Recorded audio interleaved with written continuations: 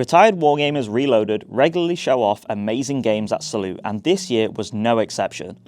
Their Battle for Berlin 1945 board, built in 15mm scale, commemorated the 80th anniversary of the historic battle.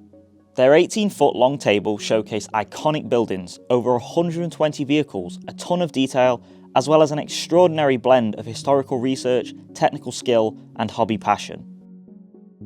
Set on April 29, 1945, the final day before the fall of Berlin, the board captures the intense atmosphere of the crumbling German capital, under siege from advancing Soviet forces. Major landmarks like the Reichstag and the Brandenburg Gate dominate the skyline. Almost every structure here was made via digital files and 3D printing.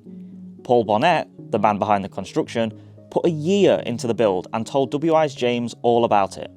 A few buildings are MDF, but the majority of all the big buildings are 3D printed. Yeah. So I've had 3 3D printers running pretty much 24/7. Building the Reichstag was a nightmare. Yes.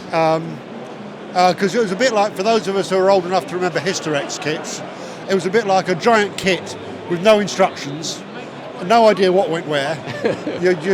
We had to build half of it as well. So, yeah, that was a bit of a nightmare. Past the sprawl of the city is a section of Tiergarten Park, including the Victory Column and a crashed B-17, leading to one of the flak towers at the far end of the board. While this is a big table, it's still scaled down, but iconic structures have been crammed into the space available.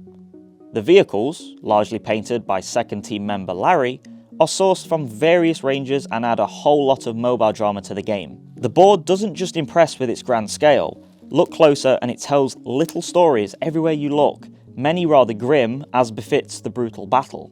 These elements ground the cinematic visuals in real-world history. You've got to add the vignettes. Yeah. So we've got a few little vignettes. We've got the firing squad down there.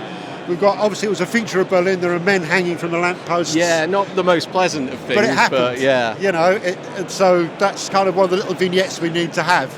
There's a crashed B-17 up there, right, which is the thing I was dry brushing at 5:30 this morning, as you do. It's traditional, you know. If you're not still painting the morning of Salute, you haven't done enough.